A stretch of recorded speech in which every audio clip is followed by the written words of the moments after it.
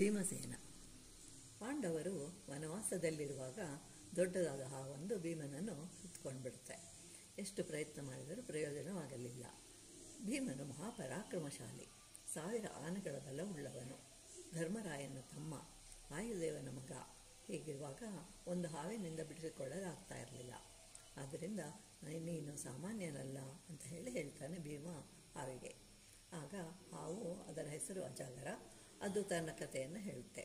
ಅದು 1000 ವರ್ಷ ತಪಸ್ಸನ್ನು ಆಚರಿಸಿ ಇಂದ್ರ ಪದವಿಯನ್ನು ಪಡೆದುಕೊಂಡಿರುತ್ತೆ. ಅಷ್ಟಕ್ಕೆ ತೃಪ್ತಿಯಾಗದೆ ಇಂದ್ರನ ಹೆಂಡತಿ ಶಚೀದೇವಿಯು ಸಹ ತನ್ನವಳಾಗಬೇಕು ಅಂತ ಅಂದ್ಕೊಳ್ತಾನೆ. ಆದರೆ ಯಾರೂ ಇಂತಹ ಕೋರಿಕೆ ಕೇಳಿರಲಿಲ್ಲ. ಶಚೀದೇವಿಯು ತುಂಬ ದುಃಖಿಸ್ತಾಳೆ. ಆ ತಾಯಿಯನ್ನು ಪ್ರಾರ್ಥಿಸ್ತಾಳೆ. ನಹುಷ ಬರ್ತಾನೆ.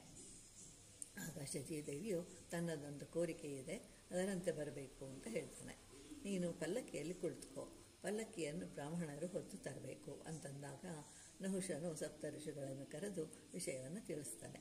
ಅವರಲ್ಲಿ ಅಗಸ್ತ್ಯರು ಸಹ ಒಬ್ಬರು. ಅವರಿಗೆ ಬಹಳ ವಯಸ್ಸಾಗಿರುತ್ತೆ.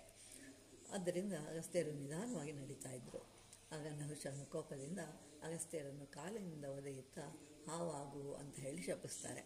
ಅಂದಿನಿಂದ ಹಾವಾಗಿರುವೆನು ಅಂತ ಹೇಳಿ ಧರ್ಮರಾಯನನ್ನು ನೋಡಿದಾಗ ನನ್ನ ಶಾಪ ವಿಮೋಚನೆಯಾಗತ್ತೆ. ಆದ್ದರಿಂದ ನಾನು ನಿನ್ನನ್ನು ಹಿಡಿದುಕೊಂಡರೆ ನಿನ್ನನ್ನು ಬಿಟ್ಟಲು ಧರ್ಮರಾಯ ಬರ್ತಾನೆ.